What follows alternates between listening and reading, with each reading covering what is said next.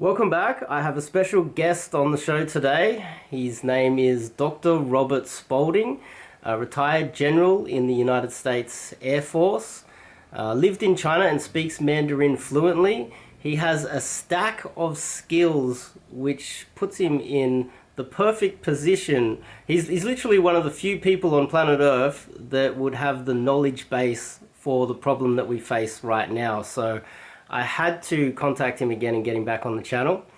He's also the author of Stealth War, which I've got right here as well. I'll put a link in the description. And so welcome Robert Spalding, Dr. Robert Spalding. Thank you. So let's just get straight into the questions. I have a lot of questions for you, and I guess we'll just pump through them. There's a lot going on in the world, obviously. And you're the man for these questions. So, what is the United States' current strategy against China? Well, I think there's a national security strategy which was released in December of 2017, which really changes the relationship between the U.S. and China from a national security and a foreign policy perspective. And really, essentially, what that strategy says is we're gonna use all elements of our national power to begin to defend our population from the predatory behavior of the Chinese Communist Party. We're going to work together with allies and partners to defend the international system. And it's really about recognizing what the Chinese Communist Party does with regard to predatory economic behavior and influence, not just in international institutions like the WHO, but also in domestic politics. And so we're working very hard to counter that. For you guys at home, share this amongst Australians, because this video is relevant for all Australians. I'm going to ask questions that are specific to Australia from now on. So, has the Australian government failed to pull their weight in any notable areas in balancing China's rise that you're aware of? So that's actually quite easy, because we all have a role to play in preventing Chinese influence from, entering our population and our societies and really undermining our democratic principles. And so, it requires that Australia look at the relationships it has with the Chinese Communist Party and recognize when those relationships become a danger to its own independence, its own sovereignty, its own freedom, and then act appropriately. There's a lot of Chinese influence that is brought to bear on the Australian society, and it has to do with economic behavior, financial behavior. It has to do with political behavior, and it's actually quite easy to see. It's not something that you can't readily recognize. Do you have any inside information, because you're on the inside? Do you have any inside info on what's happening in the South Pacific? Because I know a lot of Australians are worried about China building a naval base off the coast of Australia somewhere. Do you have any inside info for us? I don't have any inside info, but clearly the Chinese have the intent to control the Pacific, and certainly in their own backyard. So, whatever that they're doing from a military perspective is certainly going to be counter to the national interests of everybody, all the nations that are in that region, including the United States and Australia. So I think you just have to be aware that they're going to continue to encroach on territorial claims. They're doing that in the South China Sea. They're doing it in the East China Sea. They're going to continue to encroach on the sovereignty of the nations in the region. And what the nations of the region have to do is be prepared to work together to push back against that. Okay, okay. So what I did was I went into my group. I've got a group of like-minded individuals that post links and talk about CCP influence, and I asked them, do they have any questions that they would like to ask you? And I went through a group of questions that I chose three for you. So the first question is from Sital. As the Western world is weakened, are we vulnerable to military action from China?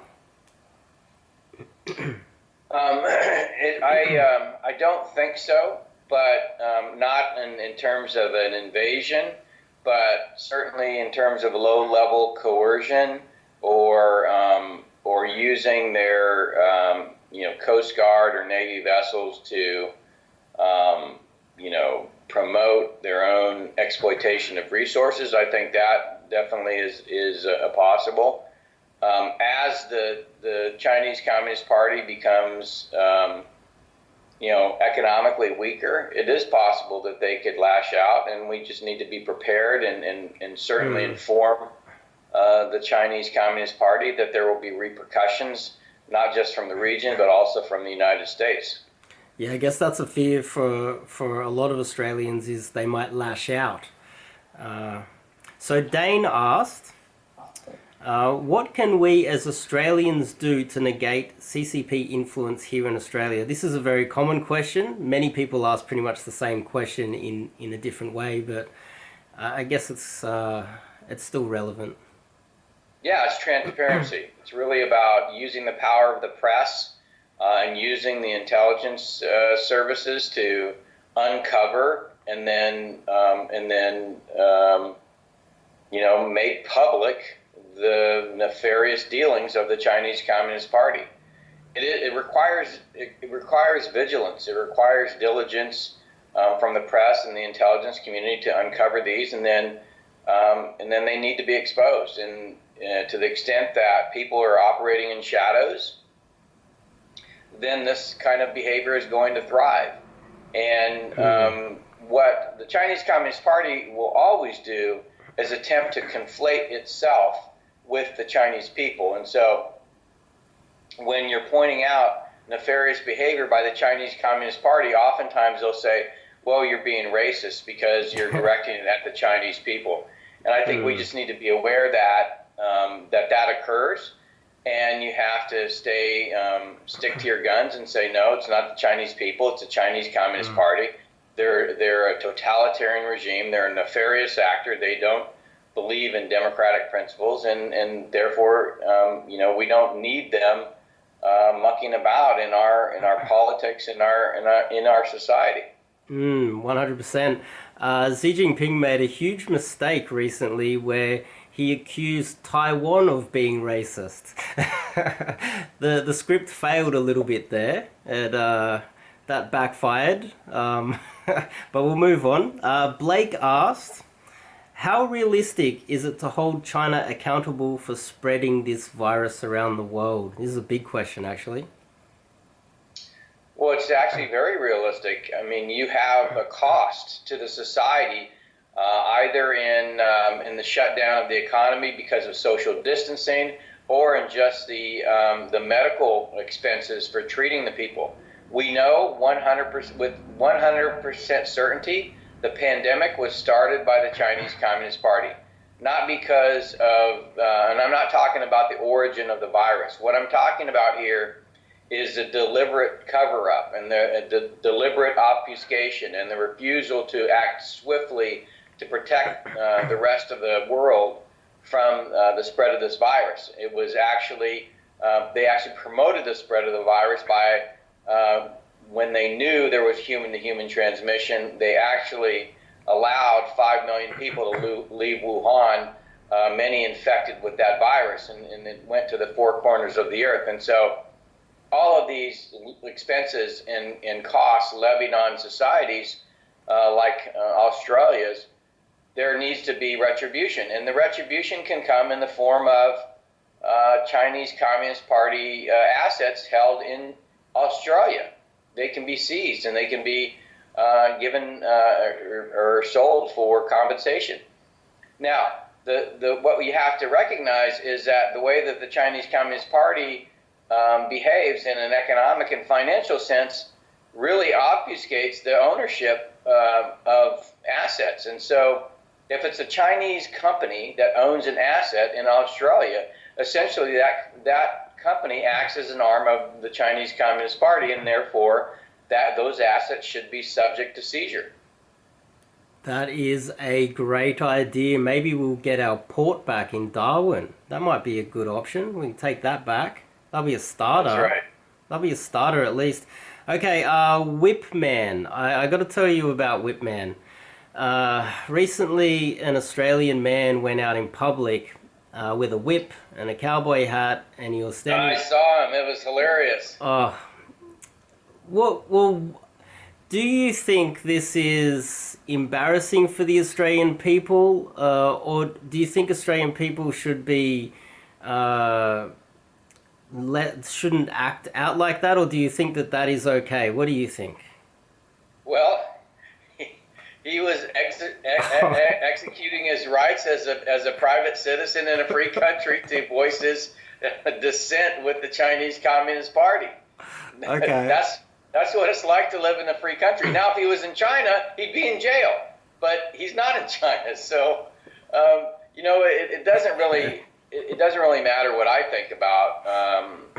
I think it's testament to what it is to live in a free society, and have the ability to express your opinion in whatever way that you deem appropriate. Okay, well, I have to apologize to my subscribers because my last video was me saying that this could be used as propaganda against us, and Dr. Robert Spalding thinks that it's okay. In my opinion, my esteem for the Australian people actually rose when I saw it. So. Oh wow! Okay, to all of you people out there that disagreed with me in the last video, I was totally wrong. I changed my opinion. Get out your whips. Definitely, everybody get out their whips. Oh, okay. Okay, next question. Does the United States still regard Australia as a close ally, or have we neglected our obligations to the alliance? This is a big one too. I think absolutely. Australia is a strong member of our alliance, and I think that will continue to be the case. We may have our differences, but I think when friends have discussions, it's always from a standpoint of friendship, and so I think once all of the influence of the Chinese Communist Party comes to light, I don't think there's going to be any disagreement in terms of how we should deal with it. And certainly now with the coronavirus, I think it's plain for everybody to see the challenges we face. Yeah, I guess all of us out here that have been talking about China as a threat, China shot themselves in the foot. They made a huge mistake. They made my job easier. I took 2 months off. I just said, look, I'm done. I've took 2 months off making videos. You did your job. Yeah, that's what I said. Yes, I came out. I said I've done my job. I took 2 months off and took a break. Okay, next question. But, they're very good, and then they're seeking to use the aftermath of the coronavirus to further insinuate themselves in democracies, and so we have to be ever vigilant. The Communist Party's not going to quit. They're not going to give up. No. They're going to come at us stronger and more aggressively. We've seen that. That's not going to stop. And there's going to be a lot of people that they co-opt. They are. I have called out many of them on my channel. They've been co-opting Australians all the time. I try to call them out and try to expose them all the time. Next question. This is something that I found in the Epoch Times. So the Epoch Times, we can still get the Epoch Times in Australia for free. I'm just going to show everybody here the headline. There's 21 million fewer cell phone users in China. Have you heard about this? But this may suggest that 21 million people have died from this virus. What do you think about that? You know, I have seen that. I don't know what to make of it. I know a lot of people are using that to make the claim that 20 million people died. I don't think that's plain from the fact that 20 million people's phones were shut off. You know, the way that people buy cellular service in China is different than other countries. You buy a card to top up your phone, and a lot of people were locked in their apartments. Perhaps they just didn't buy money to top up their phone. I don't know what the answer is, but I don't know if it means that that many people died or just that many people went out of phone service. So I tend to be a little skeptical when making a sweeping judgment about something like that. Okay, yeah, it does make sense. We don't really have enough information. I was thinking the same as well. The argument here is that the Chinese regime requires all Chinese to use their cell phone to generate a health code. That was their argument. Another argument I'd like to make is that I have a contact that went to Wuhan, who I obviously need to keep anonymous, and this contact told me that there was over 100,000 infected people back in February in Wuhan alone. So and I've been sent quite a few things, so it's hard to tell. As we all know, that you can't really get much accurate information out of China. Yeah, well, I think that's all the questions, and it's been a pleasure, and thank you for coming back again. Things have changed since last time we've spoken. I've been obviously a crazy conspiracy theorist for years now, and now I've been vindicated, and all the rest of us that have been talking about China as a threat, we've been vindicated, and China did it to themselves, which is great. It feels great, but now we have an even bigger problem on our hands now that everyone's woken up. For you guys at home, there is a book here that I would like you guys to read. Just because you have woken up to the threat doesn't mean that you can't get educated. So I definitely recommend this book. And there's a reason why I keep harassing Dr. Robert Spalding to come back on, because he has a skill set that not too many people on planet Earth have. Share this video around to some Aussies that are confined in quarantine today. Share it around to some friends and spread the word. And make sure you click the subscribe button and click the bell icon, of course. Make sure you get that book. And it's been a pleasure getting Dr. Robert Spalding, who is also a retired general in the United States Air Force and author, on. He speaks fluent Mandarin as well. He's literally the perfect man for the job, and that's why I keep harassing him to come back on. But make sure you guys subscribe, and I'll see you guys in the next video.